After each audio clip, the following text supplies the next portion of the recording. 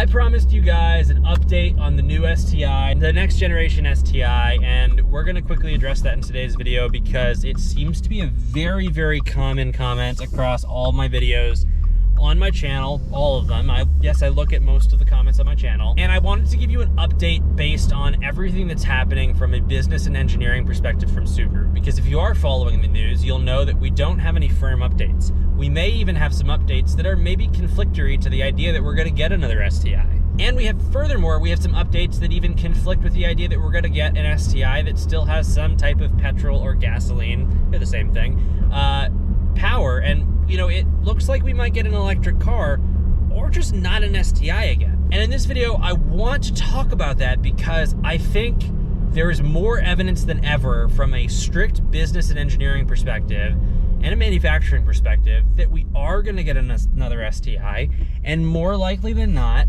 because of what's happening, that new STI is probably going to come out on the Subaru global platform and mimic as much as possible with the VB WRX, which is the 2022 Plus WRX. And the reason is because it makes sense. Now, we have a few things that are basically leaning into that decision. And I'm actually, because this video is going to get a little analytical, I thought I was going to do a driving video, but we're gonna go pull over and park for a second because I want to have like the quick 3 or 4 minute heart to heart here, because I got to convince you, because there are, you know, this isn't tangible, right? This is coming from an engineer and somebody that runs a business. Hear me out. I'll make this quick. The reality is there's a lot of press and evidence that are, let's say, covering news and getting clicks about not having an STI. The information in the track record of Subaru indicates, I think, otherwise. And while we don't have information, it's probably because they want to drop something that has some wow factor. There are two massively different conflicting pieces of information here.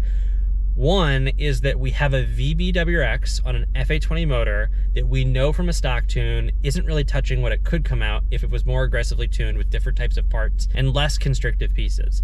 We also have a platform that was a test case for all different types of technology, and it's doing really well. Everyone says, oh, they're not selling the VB WRX. Look at the numbers. It's selling very well right now.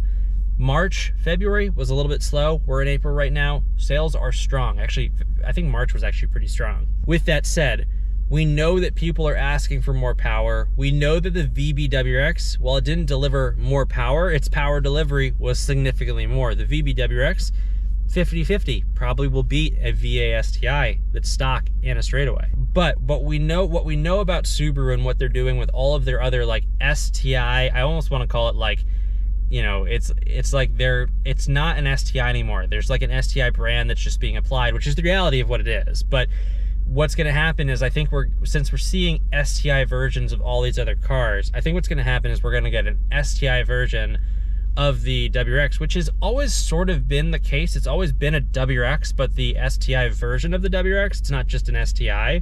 And I thought we were going to get a standalone STI.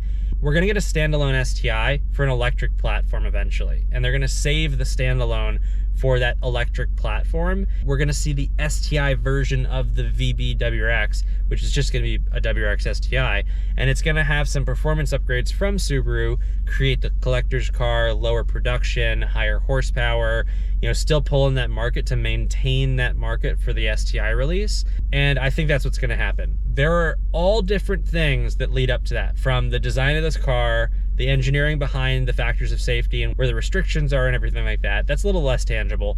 We know for sure the manufacturing on this car, they have their own production lines, right? We know that for a fact. It's on the Subaru global platform, but a lot of the parts on this car have its own production line, which doesn't make sense unless they're doing higher volume or there's plans to do something else with this production line. So that is a strict manufacturing inference. From a business perspective, they know that their volume of cars under this rally platform is going down. If they can't deliver something in the STI class, whether it's electric or hybrid or whatever it is, soon they're going to lose the user base out of that. So you have a business need to maintain the community and the user base behind this platform if they want to launch something new. And honestly, all the news that we've gotten about like no news essentially, because all the news has been no news, is that we're probably imminently thinking about a drop. My guess is that we're not going to see the next generation platform for some time. it's going to be maybe a year or two out. We're going to hear about it, and it's going to debut. It could even debut next year about what's happening. And hopefully it's not just a bunch of STI parts. But the other thing to note here is, you know, I am in the aftermarket world, and STI, like the subsidiary of Subaru that makes these things, they're producing more parts than you guys could ever imagine for the VB. Now, yes, they are the STI version of OEM parts, but it's different than it's ever been. Usually there are a few parts. We're talking about between 8 and 10 parts that you can purchase for your non-STI that are STI parts that make it customizable.